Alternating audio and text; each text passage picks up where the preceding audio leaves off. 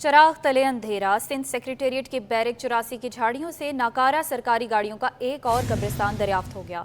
सरकारी गाड़ियों के तमाम कीमती पुर्जे भी गायब, गाड़ियों के महज ढांचे ही बाकी रह गए। गाड़ियों की सूरत हाल जानेंगे, नुमाइंदे आज़ाद नहोड़ियों से अपडेट कीजिएगा। जी बिल्कुल, मैं इस वक्त किसी आम जगह पर नहीं खड़ा हूँ। मैं उस जगह पर खड़ा हूँ, ये जगह वो है जो सिंध सेक्रेटेरिएट है, जहाँ सूबे का पूरा निज़ाम जो है यहाँ से चलता है।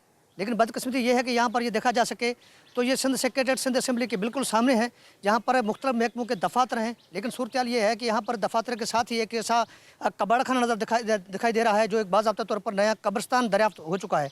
इस तरह का अनोखा कब्रिस्तान जहाँ पर देखा गया है, मेरा कैमरामैन सज्जाद रईस देखा है तो सिंध सेक्रेटेरिएट के असेंबली के सामने ये बिल्कुल ये गाड़ियों के ये खटारा गाड़ियाँ हैं, मुकम्मल तौर पर नाकारा हो चुकी हैं। लेकिन कई अरसे से ये गाड़ियाँ यहाँ पर खड़े खड़े तबाह बर्बाद हो गई, लेकिन गाड़ियों को एक्शन नहीं किया गया, नीलाम नहीं किया गया, जिसके बायस ये गाड़ियाँ मुकम्मल तौर पर नाकारा होकर तबाह हो गई। इसके अलावा ये बिल्कुल झाड़ियाँ हैं, ये बिल्कुल सिंध सेक्रेटेरिएट के सामने जो बैरक्स है वहाँ पर है। ये देखो, ये झाड़ियों के अंदर भी गाड़ियाँ दिखाई दे रही है, बिल्कुल कबाड़ खाने में तब्दील हो चुकी है, मुकम्मल तौर पर नाकारा हो चुकी हैं।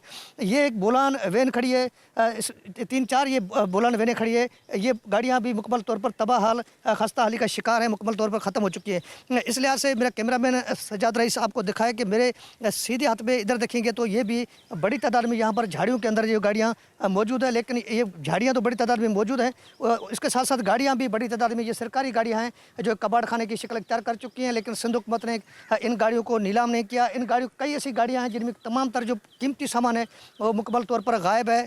इन गाड़ियों में किसी का जो है नंबर प्लेट नहीं है, किसी में इंजन नहीं है, किसी में इस तरह है कि कोई सामान तो बचा ही नहीं है, सिर्फ लोहा दिखाई दे रहा है। इसके अलावा कुछ मामूल टायर जो है तबाह बर्बाद दिखाई दे रहे हैं। इसके अलावा किसी गाड़ी में कोई सामान जो कीमती सामान है वो नज़र नहीं रहा है। इन गाड़ियों में से किसी पर भी नंबर प्लेट जो सरकारी है वो दिखाई नहीं दे रही है। सूरत हाल ये है कि सिंध हुकूमत की जानब से जो है इन गाड़ियों को ऑक्शन करने के हवाले से किसी किस्म की कोई प्लानिंग नहीं की गई। इससे कबल जो है सिंध हुकूमत ने यानी मुराद अली शाह सरकार ने एक कमेटी बनाई थी सबका दौर में, मुकेश कुमार चावला की सरबराही में जो कमेटी सब कमेटी थी सिंध काबीना की, उनको फैसला करना था कि इन गाड़ियों को नीलाम करने के हवाले से ऑक्शन पॉलिसी किस तरह बनाई जाए। लेकिन वो कमेटी ऑक्शन पॉलिसी नहीं बना सकी, जिसके बायस सिंध हुकूमत को फैसला नहीं कर सकी कि इन गाड़ियों का करना क्या है। लेकिन ये गाड़ियों का एक और कब्रिस्तान है जो DMC जनूबी के बाद में यहाँ पर दरियाफ्त हुआ, अनोखा कब्रिस्तान जो वाकई सिंध सेक्रेटेरिएट यानी जो असेंबली के सामने बैरक्स है वहाँ पर ये मौजूद है। लेकिन यहाँ सिंध की जो ब्यूरोक्रेसी है उनके जो है चराग तले अंधेरा दिखाई दे रहा है, किसी किस्म का कोई नोटिस नहीं लिया जा रहा है। जी।